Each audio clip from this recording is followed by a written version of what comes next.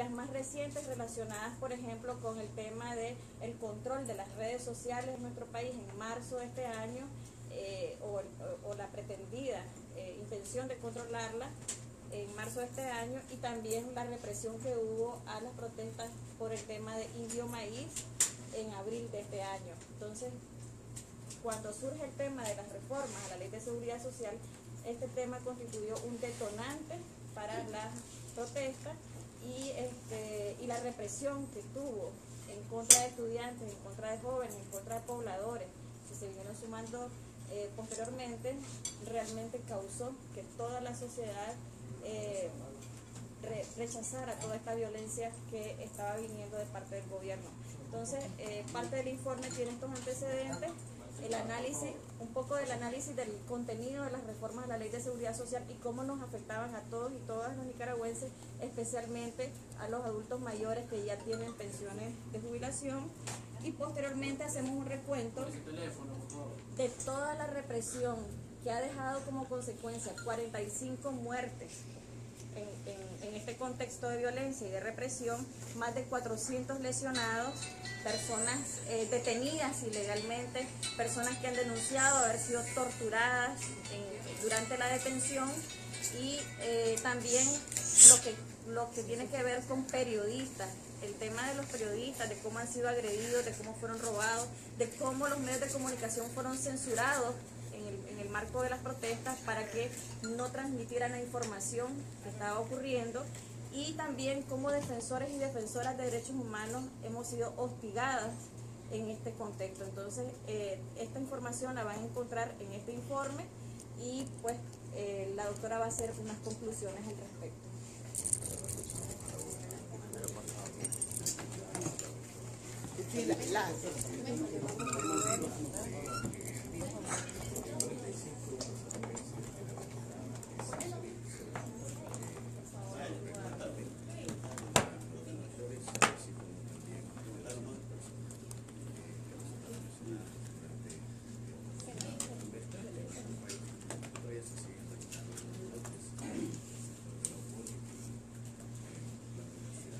Como lo explicaba Wendy, el informe está dividido prácticamente en dos partes. Una parte expositiva, que es lo que contiene la narración de los hechos, la documentación que hemos logrado realizar de hechos comprobados, como ella lo ha explicado. Y en la segunda parte, que le hemos llamado conclusión, prácticamente es nuestra valoración de los hechos ocurridos y nuestro análisis muy somero, incompleto, hacia el futuro. ¿Qué viene después?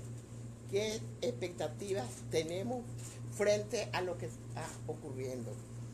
En primer lugar, para ser muy breve, porque todo esto, como les dijo Marlene, se les va a entregar, lo primero que hemos hecho es no solo valorar, así cuantificar los muertos con nombres y apellidos, sino que hacemos en el primer punto una enumeración de las violaciones de derechos humanos que se han cometido, que incluyen violación del derecho a la vida, al derecho a la integridad física, libertad individual, tratos crueles, humanos y degradantes que prácticamente constituyeron tortura física y psicológica, derecho a la manifestación, a la libertad de movilización, derecho a la petición a la libertad de expresión, derecho a informar y ser informado, y derecho a defender derechos. Como ven ustedes, es una amplia gama de violaciones a los derechos humanos que en diferentes momentos y diferentes circunstancias que están relatados en el informe se han cometido.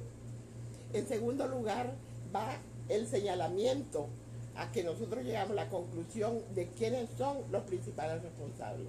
Los principales responsables de estos hechos, de esta violación gravísima de derechos humanos, es el presidente y la vicepresidenta de la República, o sea, el binomio gubernamental Ortega-Murillo. Y en segundo lugar, podemos mencionar a los altos mandos, a toda la cadena de mandos de la Policía Nacional, comenzando por Aminta Granera, que al fin no sabemos si es verdad que renunció o no, pero aunque haya renunciado, su responsabilidad en estos hechos no se puede obviar. Y el comisionado, el segundo jefe de la policía, Francisco Díaz, que prácticamente es el que ha estado en la dirección material prácticamente de toda la represión.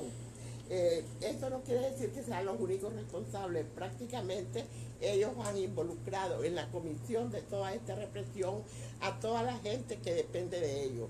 Y aquí no solamente vamos a buscar policías, mandos policiales, sino todas aquellas personas identificadas con mandos dentro de las estructuras partidarias, con mandos dentro de la juventud sandinista, dentro de los motorizados, todo. O sea, hay una amplia gama de responsables con diferentes escalas de responsabilidades, pero así como la violación es grave y masiva, también son las responsabilidades.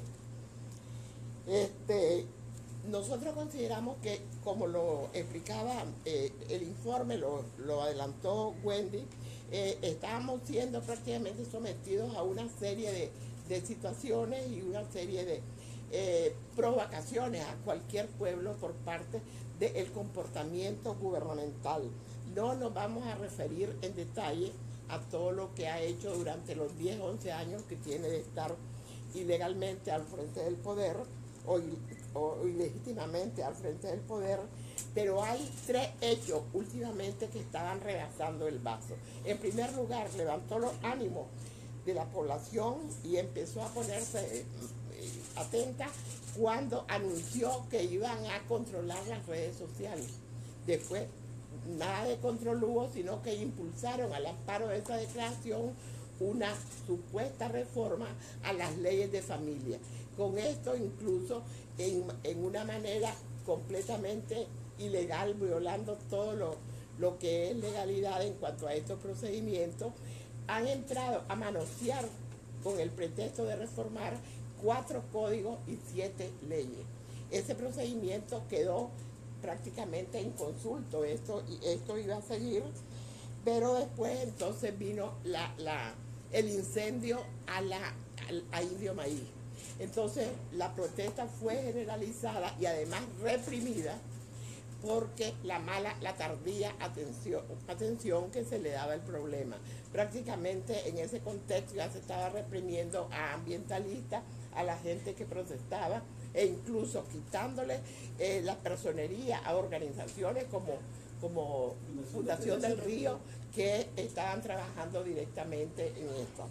Y después la gota que colma el vaso, la detonante última, fue la inconsulta propuesta de reforma a la Ley de Seguridad Social, que llegó al extremo de hacerla a escondidas incluso del socio histórico que venía prácticamente usando de comodín para impulsar su llamada reforma consensuada. O sea, lo hizo incluso a espaldas del COSEP. Entonces, esto fue, pudiéramos decir, el detonante que hizo despertar a la población de toda la indignación acumulada por tantos años de represión, por tanta exclusión y por tanta situación. O sea, aquí tenemos que rescatar prácticamente el mérito de haber despertado al resto de la población, a los estudiantes universitarios y a los estudiantes y pobladores de otros lugares que los acompañaron. Fueron ellos los que se lanzaron prácticamente a la protesta y lograron aglutinar el resentimiento o el cuestionamiento que la gente tenía acumulada por miedo, por lo que sea, y no lo sacaban a luz. Siempre nosotros habíamos dicho de que cuando se hablaba de que la gente de Nicaragua estaba pasiva, que estaba dormida, no. Habían protestas sectoriales de todo tipo. Toda la gente protestaba por pequeño. Lo que pasa es que no se había habido la oportunidad de canalizar masivamente ese descontento acumulado que los estudiantes lograron prácticamente canalizar, y se ha dado la situación que vemos, donde vemos a un pueblo luchando, pero al mismo tiempo vemos a un gobierno decidido a reprimir, hasta las últimas consecuencias sin ningún miramiento, con el afán de seguir gobernando a esta población que ya le dijo no, a esta población que ya le dijo basta. Esto es lo que nosotros valoramos como una consecuencia de todo lo que tenemos en el informe. Nosotros aquí también llamamos la atención que se dice por todos lados que el gobierno, que Daniel Ortega está llamando a un diálogo. No, él se ha visto obligado a aceptar el diálogo que históricamente le propusieron en primer lugar el 21 de mayo de 2014 la conferencia episcopal, cuando fueron a visitarlo, cuando Daniel Ortega llegó a la conferencia episcopal y después no les dio ninguna respuesta. Pero además la demanda de diálogo ha sido demandada y propuesta por otros sectores de un diálogo nacional. Entonces él lo que está haciendo es reaccionando a esa demanda, reaccionando porque se siente acorralado, reaccionando por la fuerza. ¿Por qué llama a la conferencia episcopal? Porque la llama queriéndola utilizar, sabiendo que la instancia del 80, no sé cuántos % de la gente de Nicaragua es católica, y que definitivamente la comisión, en la conferencia episcopal, es como un refugio de credibilidad, y que definitivamente han prometido hacer todo lo posible para que buscar cómo recoger ese malestar e impulsar un diálogo con resultados.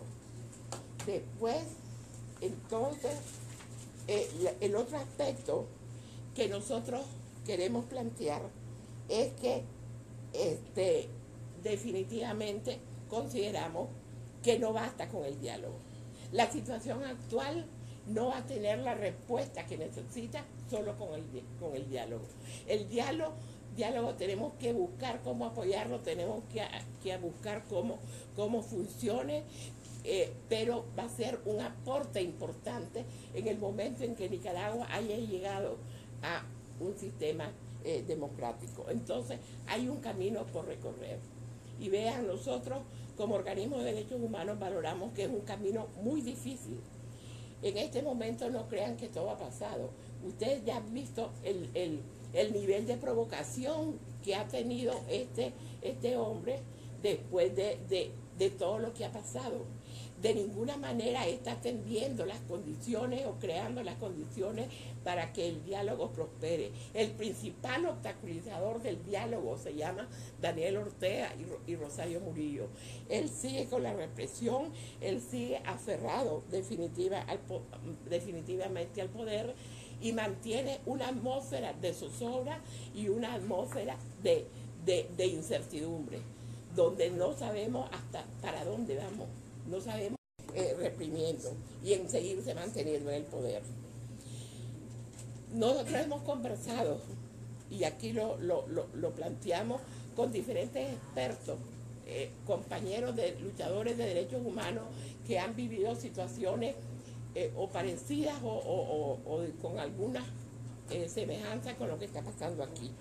Vean, aquí en Nicaragua no es posible en este momento.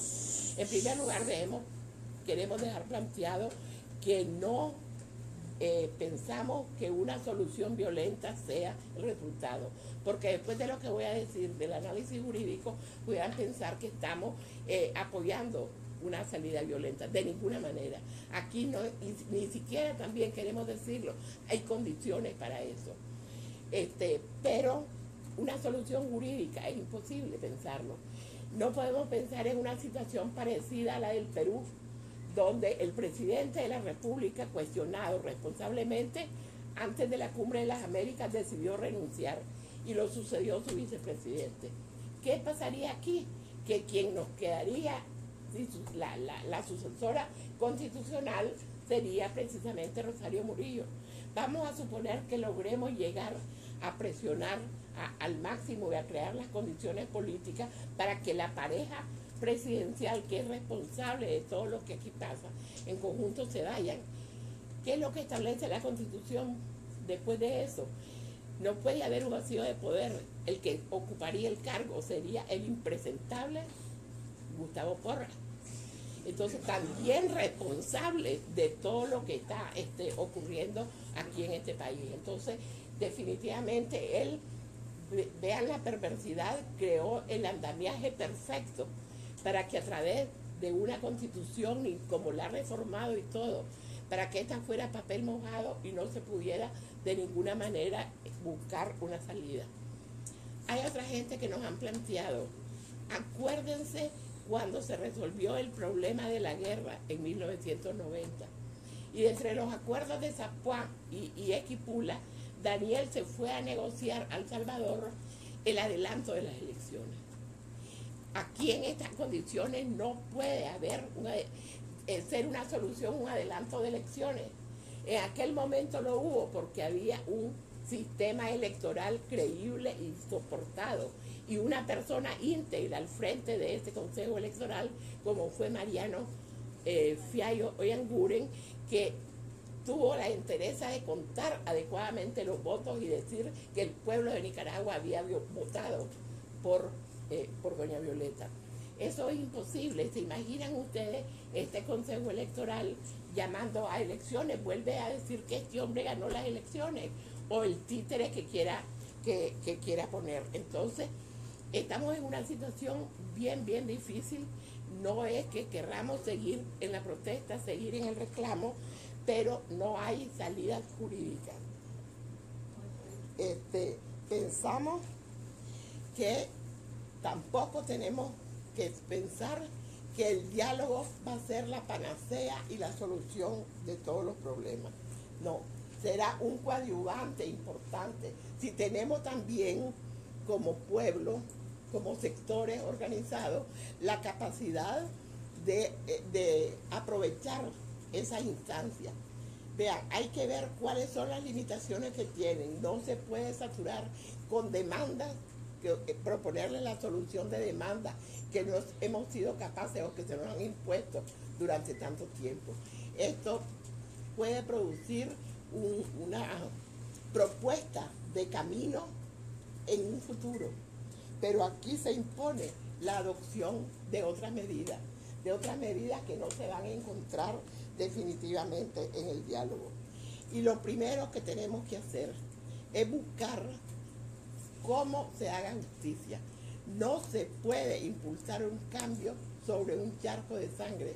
No se puede impulsar un cambio sobre cadáveres. Aquí, señores, el CENI plantea, no puede haber un borrón y cuenta nueva.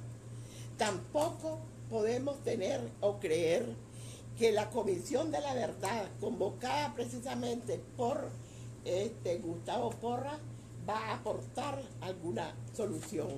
Definitivamente la naturaleza del órgano de la Comisión de la Verdad, la mayor fortaleza que tienen es la credibilidad de sus miembros, es el espacio político que tienen para actuar, porque sus resoluciones o sus investigaciones no tienen efectos jurisdiccionales, no tienen la posibilidad de sustituir al Poder Judicial.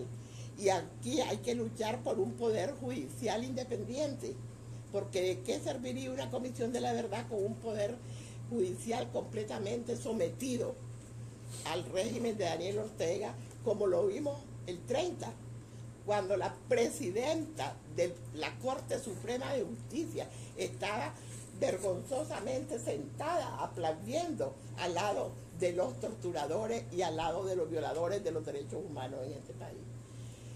No podemos pensar en eso. Entonces, como no hay ninguna posibilidad de eso, nosotros consideramos que para hacer justicia, que para que no haya más impunidad en Nicaragua, históricamente Nicaragua está en deuda con muchos muertos de todas las épocas, porque nunca se instaló aquí una verdadera Comisión de la Verdad. Los acuerdos de paz de otras partes tenían entre sus parámetros, entre sus indicaciones, la creación de comisiones de la verdad, pero aquí no. Aquí lo que hubo fue un montón de indultos, amnistías y todo eso, y lo único que interesaba, bueno, era y eso le cae a todos los sectores. Por eso nosotros estamos demandando la creación de una verdadera comisión de la verdad, porque no podemos seguir permitiendo que el gobierno, en este caso encabezado por Gustavo Porras, estén manoseando los mecanismos de defensa de derechos humanos que en otros países han tenido buenas soluciones. Y entonces pensamos que una comisión de la verdad, para que pueda funcionar en Nicaragua, tiene que contar con el respaldo de los organismos internacionales de derechos humanos. Por eso el 30 precisamente de mayo, junto con algunas otras organizaciones y promovida una conferencia internacional por CEGIL, le enviamos una carta que se la podemos proporcionar si la quieren, firmada por diferentes organizaciones.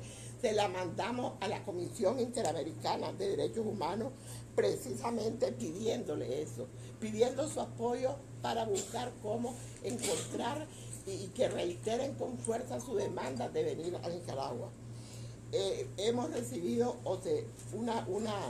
la comisión ha dado prácticamente respuesta a estas demandas, hoy a su principio de reiterar su demanda de venir, ¿verdad?, a Nicaragua, pero también su decisión de ayudar a integrar una comisión de la verdad en conjunto con los órganos del Sistema Universal de Derechos Humanos de Naciones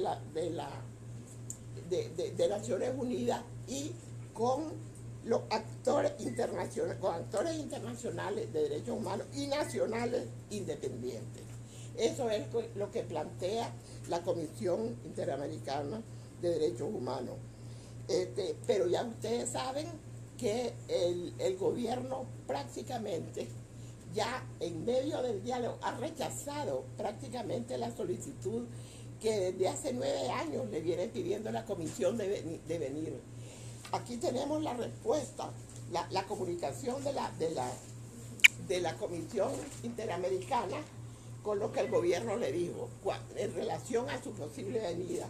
Le contestó: en este sentido, el Estado informó que el presidente ha realizado una convocatoria, un diálogo nacional abierto a todos los sectores sociales y que la Asamblea Nacional ha dispuesto la creación de una comisión de la verdad, justicia y paz.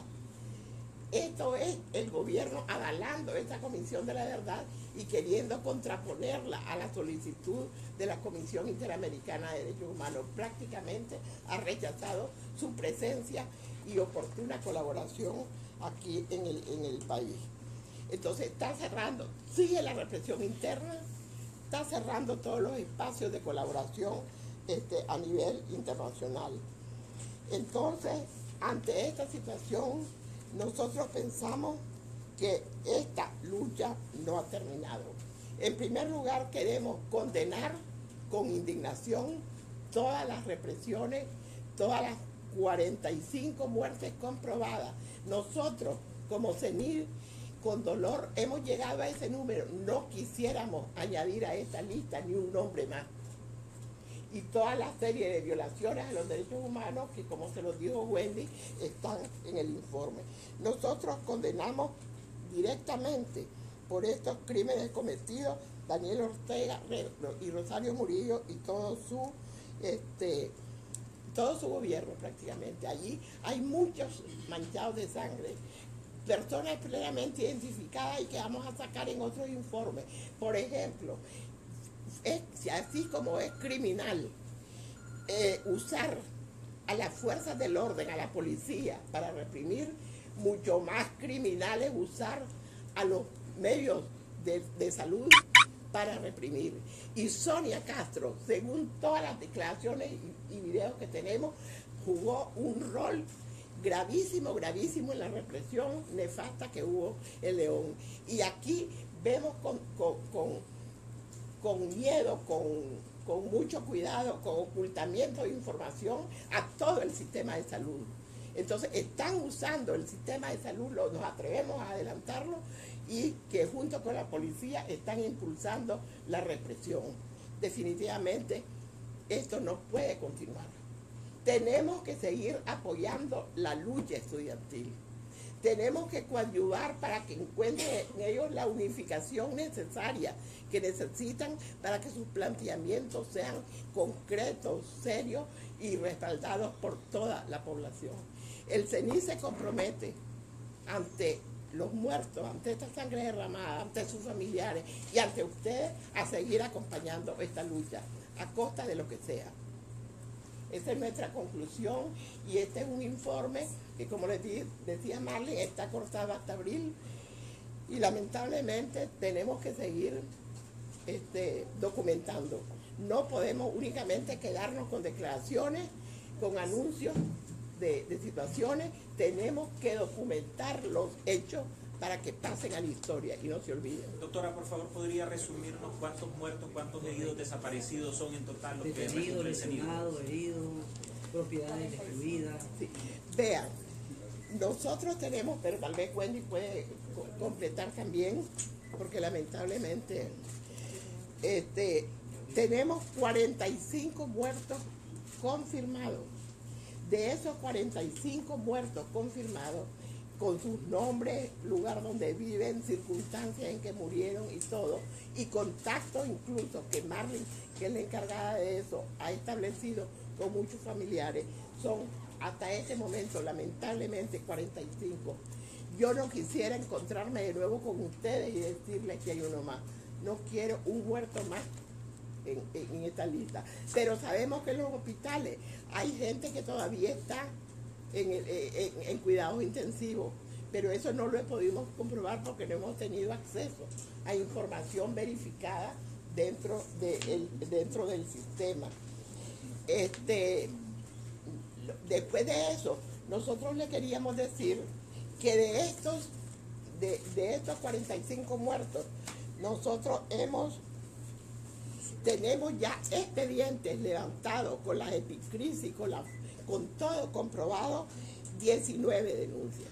O sea, ya los familiares con sus datos aquí, incluso un número determinado, cuántos son los que se han llevado a la fiscalía. Juan Carlos se ha encargado fundamentalmente, pero todo, en acompañar a la gente a la fiscalía, al llamado que hizo la fiscalía a poner su denuncia.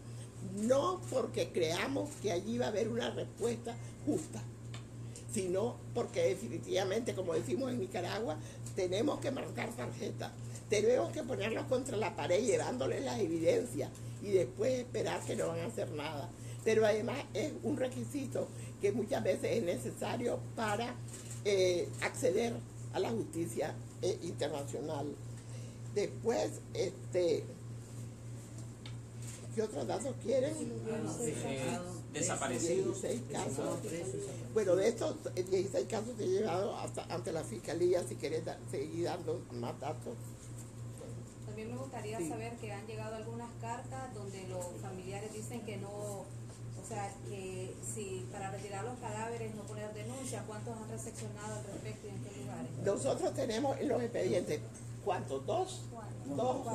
Varios casos, pero tenemos las pruebas, fotocopias de las cartas que los hospitales les han dicho a los que para entregar el cadáver tienen que ir a la policía a firmar una carta de que no quieren que lo lleven a la morgue de medicina legal y que no van a acusar. No acusa. Eso está también comprobado. Eso fue un método que involucra directamente a los hospitales. Doña Vilma, ¿por qué las organizaciones de derechos humanos están manejando diferentes cifras? Hay cierta confusión con eso, porque la NPDH ahorita en la mañana me dijo que tienen 54 muertos confirmados. La CPDH decía hasta hace unos días 63. No están ustedes cruzando datos entre organizaciones para manejar una sola cifra entre todos. No, nosotros no hemos tenido esa oportunidad. Ustedes saben cuál es la situación de las organizaciones de derechos humanos aquí. La desconfianza que existe entre toda la sociedad civil existe también entre los organismos de derechos humanos. Nosotros no, nosotros estamos abiertos. Pero resulta de que no puedo contradecir. Lamento profundamente que hayan más muertos. Por eso les digo, yo quisiera que no hubiera uno más. Pero estos son datos comprobados.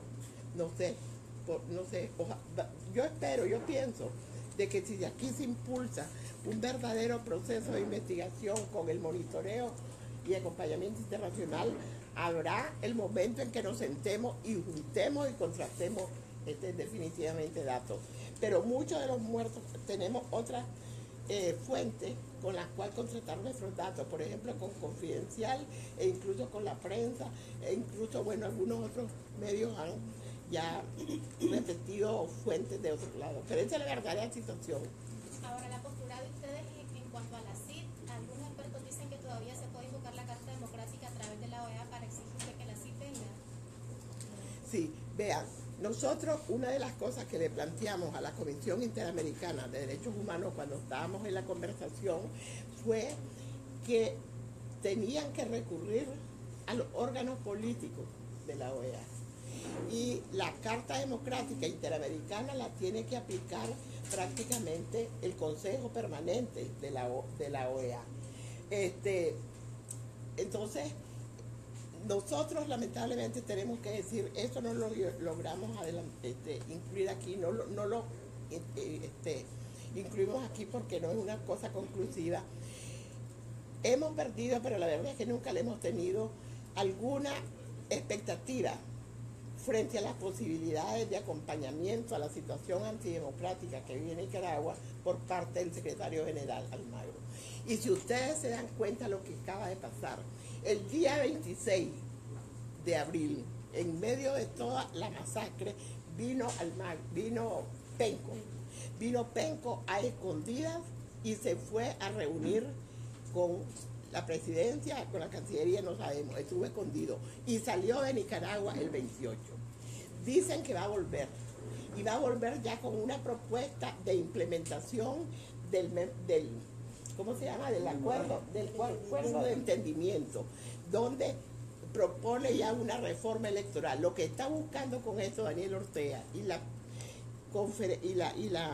OEA prestándose a eso es prácticamente hacer el contrapeso a la alta jerarquía de la Iglesia, al diálogo, que ya la alta jerarquía dijo, aquí tiene que haber también una solución política. Entonces él le quiere presentar ya como una solución política lo que traiga Penco dentro de esta otra posibilidad. Eso definitivamente es fuentes bien informadas. Un último dato, el de los desaparecidos, doctora. De los desaparecidos. Ya, como yo les había informado, Solo el lugar porque el micrófono o cambio, sí, cambiamos, o solo me voy a ir cerca.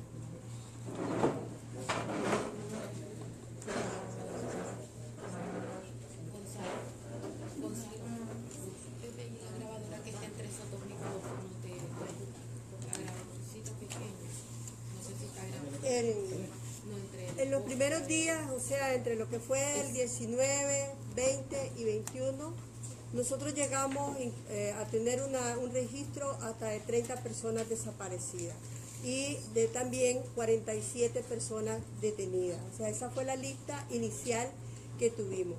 Obviamente, el día 24, cuando liberan, ¿verdad?, a los jóvenes y los sacan del sistema penitenciario, los cuales no fueron debidamente entregados a sus familiares. Entonces, en este momento se nos mueve la lista y de pronto muchos que estaban como desaparecidos comenzaron a aparecer, los que estaban como detenidos, liberados, pero muchos de los jóvenes tampoco no reportaron, digamos, el haber o aparecido o haber sido liberados por temor. Aquí hay que estar claro que ha habido también un desplazamiento forzado al de los jóvenes, digamos, en su núcleo familiar. Muchos jóvenes a la fecha no han retornado a sus hogares por el temor a la represión. E inclusive las familias de las personas que han fallecido están siendo víctimas de represalia, están siendo víctimas de un seguimiento y persecución. Es más, el mismo día de la vela, de algunos de los casos que se estaban dando, estuvieron provocando, estuvieron tratando de reprimir inclusive dentro de lo que era el momento en que la familia estaba naciendo. Entonces, también, digamos, sabemos del número de heridos. Nosotros hemos atendido en los casos que han venido a algunos jóvenes con heridas de balas, con heridas de goma, pero otros están en su casa y no han ido a las unidades hospitalarias ni a los centros de salud por temor a ser detenidos o inclusive a ser, digamos, reprimidos. Entonces es una situación que es bastante difícil para los organismos de derechos humanos poder cuantificar, para nosotros como CENIR también, poder cuantificar cuando no nos han dejado entrar, ya lo decía la doctora, ni a las unidades de salud, ni tampoco a la policía, mucho menos a darnos la información, a pesar, digamos, que hemos insistido. Es más, un comentario muy concreto, el día de ayer a uno de los familiares no le quisieron registrar el acta de defunción, porque en su acta, el epicrisis que le dieron, dice que fue por muerte natural. Y su madre está clara, porque ella atendió, digamos, el cuerpo de su hijo, que fue por arma de fuego. Entonces, ayer nos personamos, fuimos a la alcaldía para tratar de ver que si se inscribía y se negaron totalmente a hacer la inscripción. O sea, hasta esa, digamos, situación se está llegando. Sí, una pregunta. Ayer en rueda de prensa los estudiantes del movimiento del 19 de abril que están en la UPOLI dijeron que tenían información o que habían recibido información del supuesto hallazgo de una fosa común en San Rafael del Norte con 55 cuerpos. Quería saber si ustedes pudieron... No tenemos ninguna información, igual de lo que ellos comentaron, es la información que nos ha llegado, ¿verdad?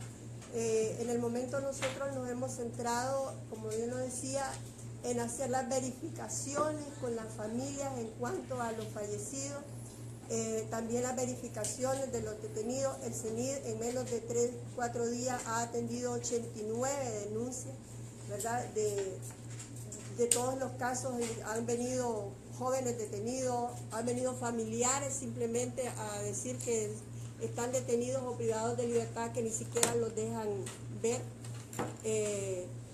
Y en esta forma, pues nosotros, como decía la doctora, vamos a continuar. O sea, este informe es un informe preliminar, digamos, cifra, ¿verdad? Pero vamos a continuar documentando todos los casos. Es más, el día de ayer se acompañó en las filiales, se acompañó a los familiares de Orlando y de Franco en la exhumación, desde el momento que fue exhumado hasta el momento inclusive que retornaron y fueron de nuevo enterrados el día de anoche, ¿verdad? Entonces hemos estado igual en la filial de Matagalpa y Chontales, donde se han estado documentando casos de agresión y persecución, digamos, y en Chontales se están dando casos de despido por no haber participado en las marchas. Entonces seguimos documentando esos casos. Les anunciamos que la situación de León ha sido gravísima, gravísima, y estamos preparando un informe especial sobre todo lo que ocurrió en León. Hemos tenido varias sesiones de trabajo con los grupos estudiantiles y de profesores que no se han dejado someter por el gobierno. Y sobre los ataques en la UPOLI que denuncian los jóvenes de hace 2 días, ¿tienen alguna información? Sí, han sido constantes las referencias de ataques, particularmente nocturnos. La de ayer, amanecer ayer en madrugada, que fueron, nosotros incluso en la tarde hicimos un recorrido, ¿verdad? Con un equipo de CENIR, Juan Carlos, Salvador Luis, Marenco, un servidor, y vivimos las fuerzas de choque. Ya en las horas de la noche, nos hablaron ya noche de un ataque y reportaban 3-4 heridos. Incluso se habló de una persona fallecida que el CENIR no la verificó o no la ha verificado. Sí, pues hay una información relacionada a un constante ataque. Como lo decía el informe de la doctora, mientras se está hablando de paz total, sigue la represión, porque mientras en la mañana se paró una movilización de estudiantes hacia la Asamblea Nacional, por la tarde había un despliegue grande policial protegiendo a los mismos que en la noche se enmascaran para atacar como paramilitares. Es parte del informe que ha presentado el Centro Nicaragüense de Derechos Humanos habla de 45 personas asesinadas durante las protestas y además 16 denuncias por que están ya básicamente en manos de la Fiscalía, es decir, 16 víctimas, familiares que sí han accedido a llevar información a la Fiscalía para aportar datos a esas investigaciones que ha dicho el Estado que van a realizar.